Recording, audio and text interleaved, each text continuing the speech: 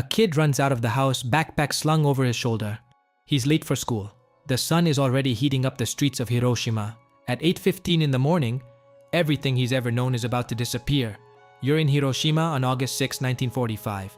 It's a Monday morning, strangely clear, and the summer heat is already starting to press down as kids rush to school and the market comes alive with the usual buzz of a city that, miraculously, has been spared from the bombing so far.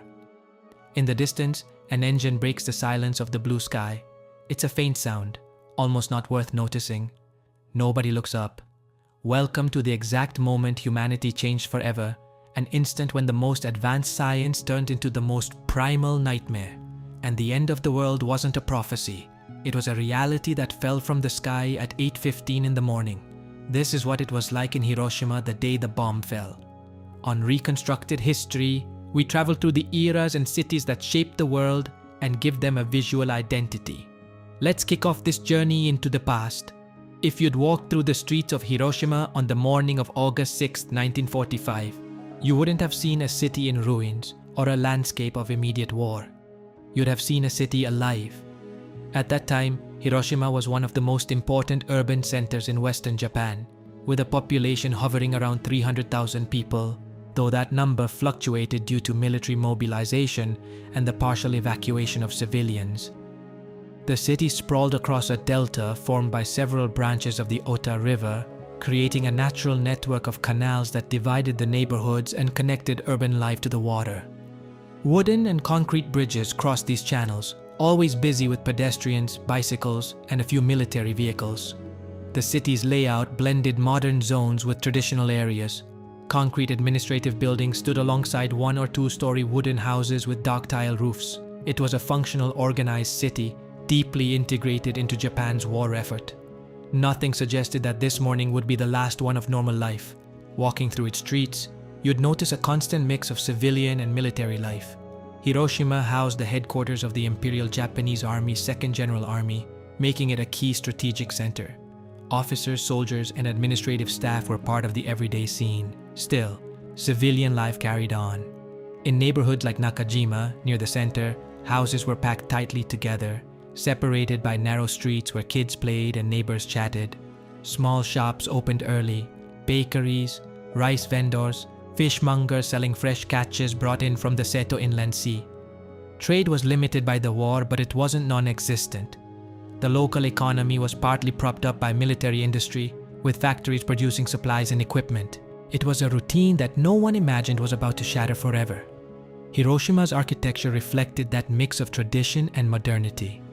A few standout buildings, like the Prefectural Industrial Promotion Hall, stood out on the skyline. It wasn't a skyscraper, but it was a symbol of modernization. Nearby, government buildings and banks built from concrete gave off a sense of stability. But most people lived in traditional wooden homes, with simple interiors, tatami mats on the floors, and sliding paper doors. These houses were vulnerable to fire, a well-known risk in Japan, though Hiroshima hadn't yet seen the kind of massive firebombing that other cities had. The city breathed a calm. That wasn't going to last. As for the population, Hiroshima was a mix of civilians, industrial workers, students, and soldiers. Many women worked in factories or in support roles for the war effort. Kids, especially teenagers, took part in controlled demolition work, tearing down buildings to create fire breaks, a preventive measure against potential incendiary bombings. That morning, thousands of students were already out in the streets doing these tasks. It was summer, the heat was starting to set in early, and the sky was clear. Air raid sirens had gone off in previous days, but Hiroshima hadn't been directly attacked, which gave its residents a false sense of security. The danger wasn't visible, you couldn't hear it, but it was already there. Everyday life was marked by discipline and scarcity. Food rations were limited, and many basic goods were hard to come by. Even so, the markets kept running. At small open-air stalls, vendors sold vegetables, rice, and dried fish. The main streets had a bit more activity.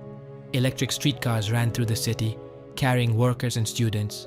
It was a vital transportation system connecting different neighborhoods. Unlike other Japanese cities already devastated by bombings, Hiroshima still had most of its infrastructure intact. Paradoxically, that made it more vulnerable. Everything was still standing. Culture and religion were also part of the urban landscape. Buddhist temples and Shinto shrines were scattered around the city, some surrounded by trees that offered shade and quiet. These spaces were places of prayer, but also emotional refuge in wartime. Ceremonies continued, though with fewer people attending. The population was deeply influenced by a sense of duty and sacrifice. Values promoted by the Japanese government during the war. Education reflected this mindset too.